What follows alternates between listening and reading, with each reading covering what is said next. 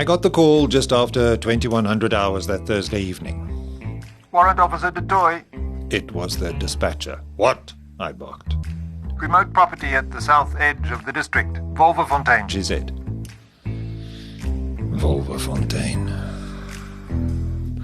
The kind of place the wind gets to before the police do. Sadly, I know the protocol all too well by now. The dispatcher's voice was clipped, tired. Possible homicide. Victim's wife made it out. Medics are on their way. I've driven that stretch of dirt road more times than I care to count. But that night felt different, like something was waiting at the end of the headlights.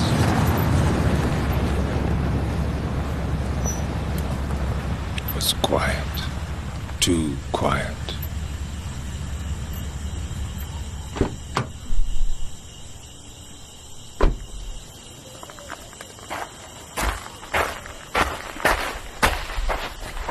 The house was lit up like a beacon in the night. Like someone had left in a hurry, forgetting to close the doors. Kitchen window open, a bit of curtain fluttering through the broken glass. One door banging quietly in the light breeze. A light in the passage blinking like the place had an irregular heartbeat. Inside, it looked like two lives had been torn into opposite directions. Shattered plates, chairs and table overturned, a trail of blood across the tiled floor.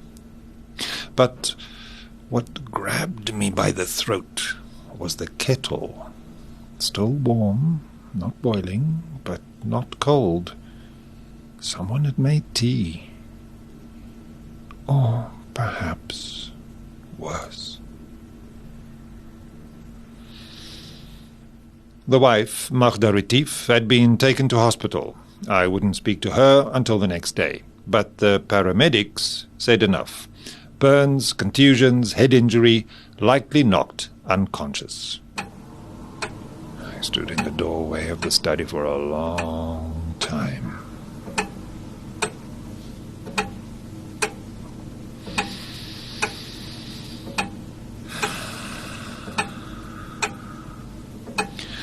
Safe blown open. Electric drill on the floor. Blood on the handle. The violence in that room echoed in the silence. You get to hear that loudness of that silence in this line of work. And when you hear it, it means you're too late. The farmhands were seasonal, bussed in and out, slept in the township some distance away. Only the gardener and housekeeper were permanent, slept in during the week. Their rooms were locked. They weren't here. I followed the footpath out to the fields. An old fig tree stood silently behind the pump house, bent, split on one side, like it had been struck a long time ago and never quite recovered. That's where we found him. Werner Retief, 63, face down, mouth tied with an old oily cloth, hands tied behind his back. No rifle, no wallet, like a discarded piece of old clothing. We locked down the scene, called it in, and I signed off just after midnight. Went home to stare at my glass of gold. But sleep didn't come. Only the emptiness kept me company. Arrived at the hospital the next morning at the same time as a bank of dark clouds driving in from the south. Magda was awake, her voice shaky and soft, but determined. Said She was overpowered in the bath. 3 men, balaclavas, dragged her out, beat them both, demanded money, broke open the safe, used boiling water. She remembered one had a limp. I scribbled it all down, not much to go on, but it was a start. Something, not nothing. Then back to the farm.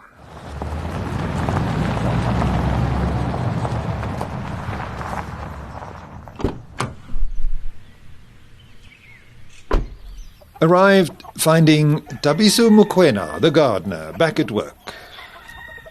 He stood by the barn, smoking. Didn't say much, eyes wide, hand shaking.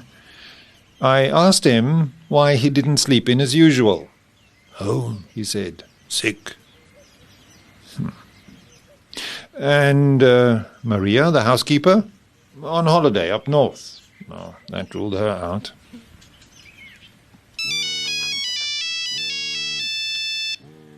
He didn't answer the phone, looked at it, stuffed it back in his pocket where it kept on ringing like an accusation.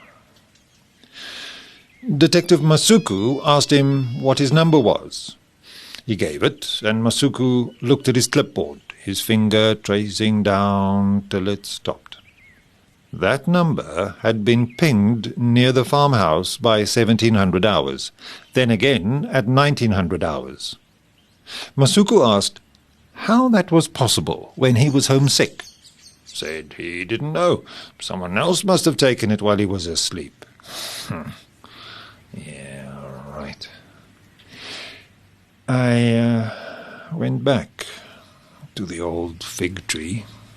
Something drew me there. A smell from last night that didn't quite make sense.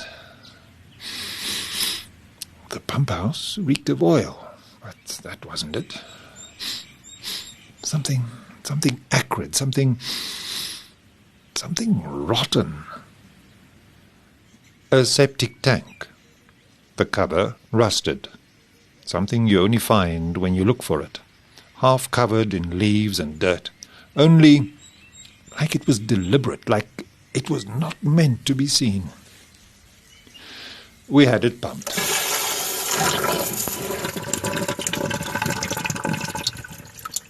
Down at the bottom, a sack. Pulled it out. Inside, Werner's .22 rifle, magazine empty. Ballistics would later confirm the murder weapon.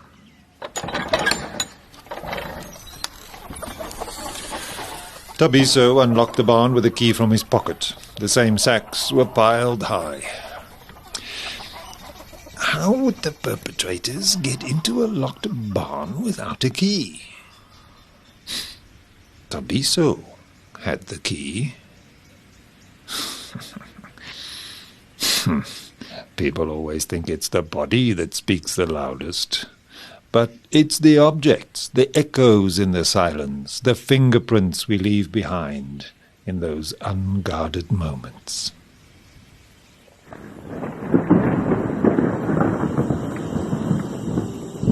That night, as I stared into my glass, the fig tree whispered to me,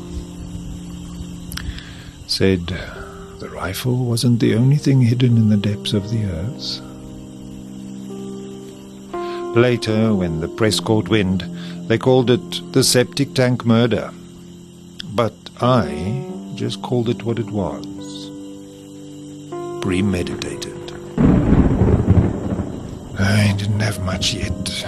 A man with a key, a limp, and a scent, and it stank. But I've been doing this long enough now to know when something doesn't fit. Too many details that arrive too fast. Too many gaps. And one name missing from the chaos. Like someone had quietly stepped out of the frame. But it was coming. And when it did, it wouldn't knock. It would ring.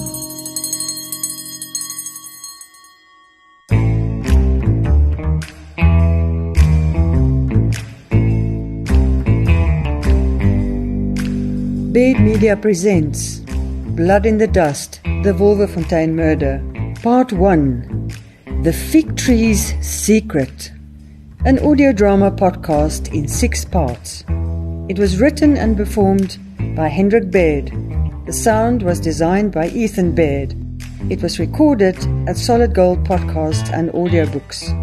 This is a Baird Media production. For more information, visit the website baird.media.